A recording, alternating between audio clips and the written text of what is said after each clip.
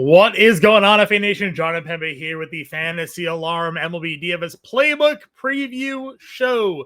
We are back from the MLB All-Star break, and we're taking a look here at the Friday DraftKings main slate. 11 games to get back into action here, starting at 7:07 p.m. Eastern Time with the Giants and the Blue Jays. It was a nice break. I'm sure we're all refreshed. But certainly, I'm sure we're all itching to get back into it here after, we're kind of in the dead zone of sports. Sure, I watched a little WNBA. I gave out some WNBA bets when I did the Fantasy Alarm show on Wednesday, both of which hit. So, we weren't completely dry. We had the PGA Open Championship on Thursday, so maybe we were watching a little bit of golf here. But it is good to get back with the MLB DFS and the MLB season back in action here. As always, with a solo show, will be a little bit of a quick one here. I'll do my best to go through each position, set you guys up, and of course, we'll be back live at 5 p.m. Eastern Time to break it all down for you here once again. We'll start off with the pitching position. Max Fried is your top price starter, $9,500. Notable than here, 11 games and no starters over $10,000. Some interesting price points, and I think some matchups as well that we'll certainly be looking to target here. Fried gets Atlanta, $9,500. Seth Lugo on the road against Miami at $93,000. Spencer Strider home against the Yankees at $9,000. Again, I'm comfortable, obviously, pitching all three of these guys here. Fried getting that matchup back in Atlanta here, this time as a member of the New York Yankees. Up at the top, we obviously know Atlanta's offense. Despite having some top talent there, their overall numbers against left-handed pitching haven't been great. So we'll look at Fried at 95. Again, Miami's an offense. Has some guys in their lineup like Kyle Stowers having a great season, but on a whole, not like a great offense. It is the right split side for a lot of their better hitters going from the left side against a righty. Lugo there at 93. Then you have Spencer Strider against the Yankees. The Yankees offense started to come alive a little bit before the break, but still very hit or miss seemingly with them. Depending on the matchup, and Strider, as we know, again, can be one of the elites, 11 strikeouts in that last matchup in Sacramento against the A's. So if you want to spend up in any of those plays here over 9K, I think those are fine. The couple of spots that really stuck out to me here, I do like Chris Bassett at home against the Giants. We've talked a lot about the Giants' sort of overall struggles of late. The Rafael Devers trade really hasn't sparked that lineup. Now, Bassett's problems are against left-handed hitters. There are a couple of lefties in that Giants lineup, but, on a whole, I'm not really fretting the Giants here at the moment.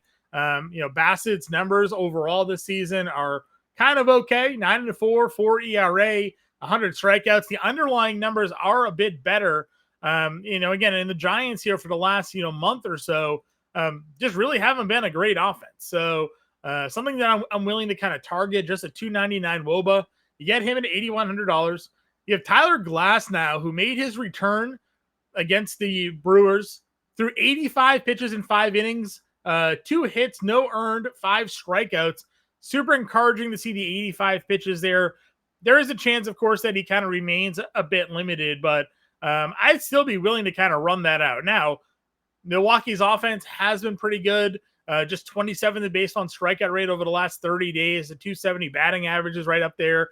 156 ISO and a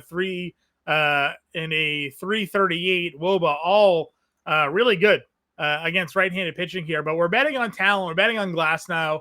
I'd be willing again to kind of run that matchup back for him. As I said, he faced them in Milwaukee right before the break there and looked pretty good doing it. $8,000. We've spent $10,000 on Tyler Glass now in the past, so I really wouldn't be too concerned about that matchup there. Next one, dude, Slade Ciccone. We've talked about this. He was one of the key pieces in that trade for Josh Naylor at home against the A's. You get the A's out of Sacramento. Last 30 days, they have the second highest strikeout rate against right-handed pitching at 26.4%. Yes, their power numbers are up there, 180 ISO, but again, that home ballpark certainly plays a lot to that. If you want to even isolate it a bit more, on the road, 220 average, 310 WOBA, 28% strikeout rate is still a 170 ISO. So Ciccone can lay off the power. Could find himself with some success here. Home runs haven't really been a problem for him. He gave up a couple against the Angels, another high ISO team there.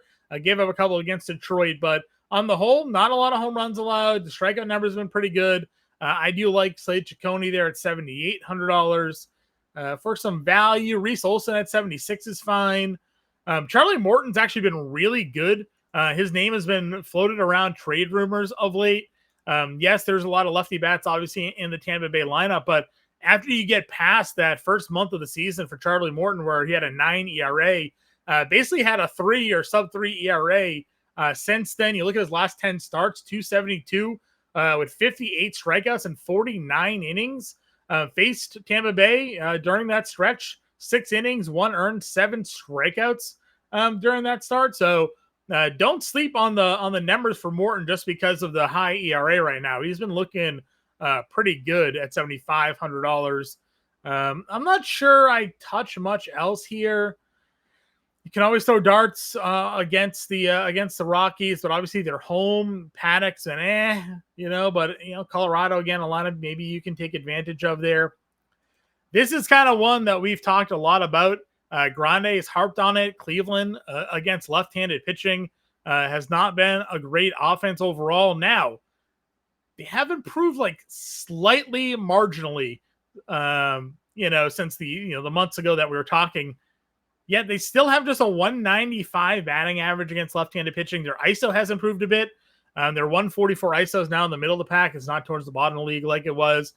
From a WOBA perspective, though, just 260, 22% strikeout rate. We have not pitched a lot of JP Sears this year, but the numbers lately have been a little bit better than they were earlier in the year. Aside from a couple of blow-up games here, but on the road, almost a full run plus lower. JP Sears at $6,200 could find his way into some tournament lineups if you wanted to take a shot there. And then, of course, Sandy Alcantara, everybody's waiting to see if he'll ever kind of bounce back. Really doesn't look any good. Kansas City's offense is certainly not great, but I'm not going to pitch Sandy even at 6K. I'd give Sears or Paddock maybe a courtesy look just given the matchup. But I really like the Morton, Olson, Ciccone 7K, Glasnow, Bassett, if we're really not looking to spend up. And then it'd be Fried or Strider probably is the two I would spend up for on this slate. At the catcher position, Kyle Raleigh coming off the Home Run Derby Championship.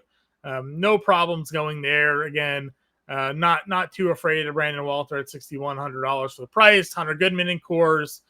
Fine there. Will Smith, Ryan Jeffers, good against lefties. Will hit probably cleanup or in the middle of that lineup against Freeland at 47. Ivan Herrera is super interesting because they've said they're not going to catch him anymore because of the hamstrings. So he's just going to DH, take all the pressure off him in the field, have him focus totally on hitting. I do like Merrill Kelly as an overall pitcher, but Herrera has been a really good hitter. So you have that potential play. Augustin Ramirez, it's fine, the mid-range. Tyler Stevenson and Sean Manaea at 37. I don't mind that as an option. Salvi, again, I will play all Kansas City against Alcantara. He's been that bad. I'm not too afraid of that spot there. Dingler versus Corbin, even though Corbin's kind of been okay. Caratini versus Castillo. If he's in the lineup, I'd throw a dart on him. Any value catchers? Probably not. I'll have to see what the lineups come out. David Fry is a guy that has a lot of power against lefties. If you were to just punt and go against Sears, maybe Fry would be the option.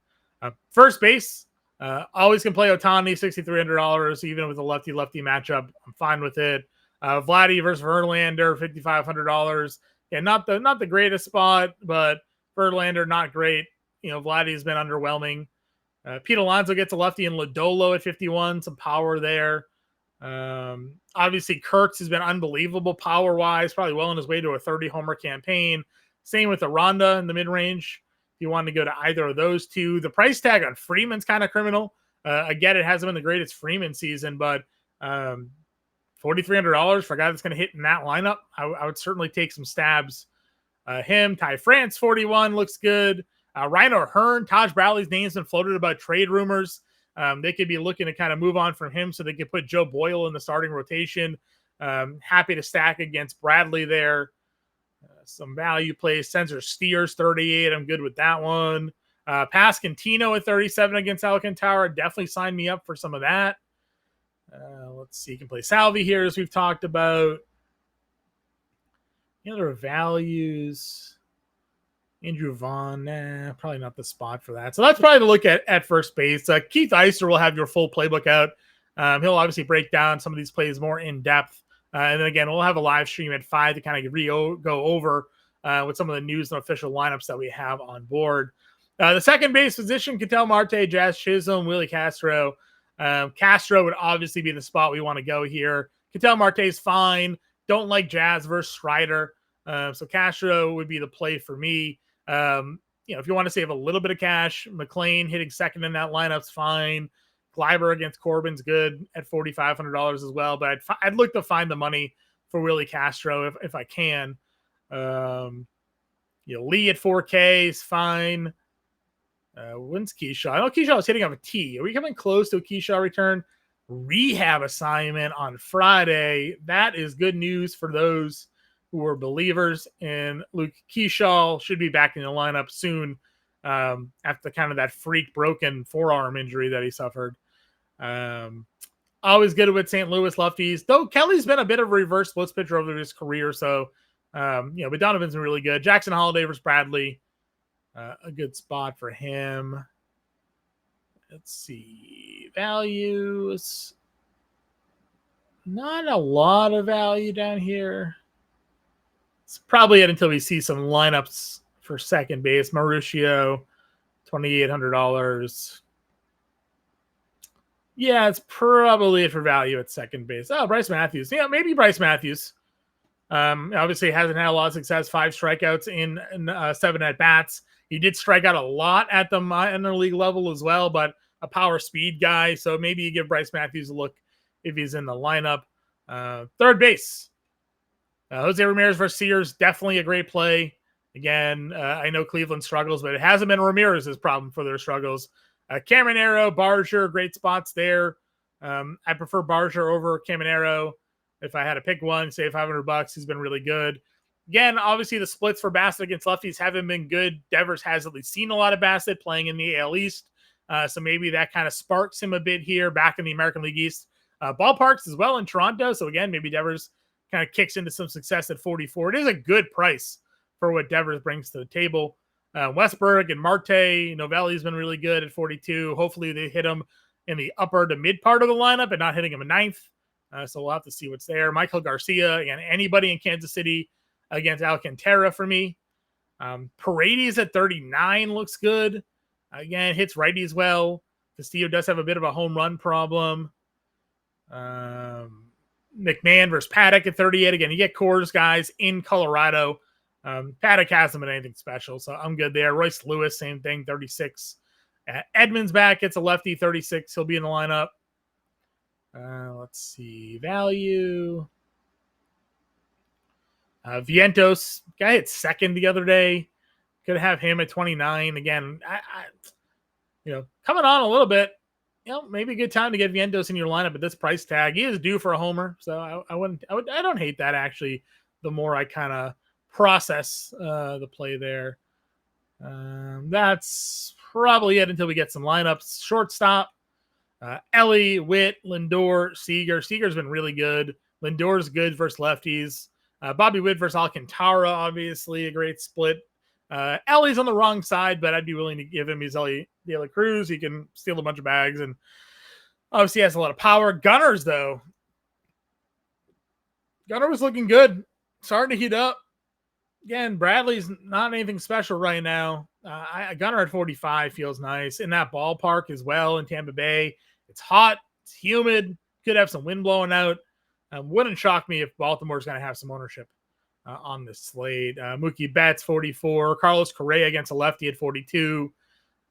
All good options for us there in Coors. Value plays. If Ritter's in the lineup. That might be it for value until we get, again, some official lineups there. But, again, Gunner and Correa probably the ownership plays at the shortstop position. Outfield, Byron Buxton in Coors versus a lefty at 65. Got to find ways to probably fit him in that lineup. First pitch swinger, Freeland can just coast one down the middle and have some success. Yeah, and I don't mind Judge, Ohtani, Acuna. Obviously, Ohtani versus a lefty. Acuna gets a lefty, but it's free. Judge gets Strider. Not easy matchups. I do like Corbin Carroll at 6K. Juan Soto versus Lodolo. I don't mind that even being lefty-lefty.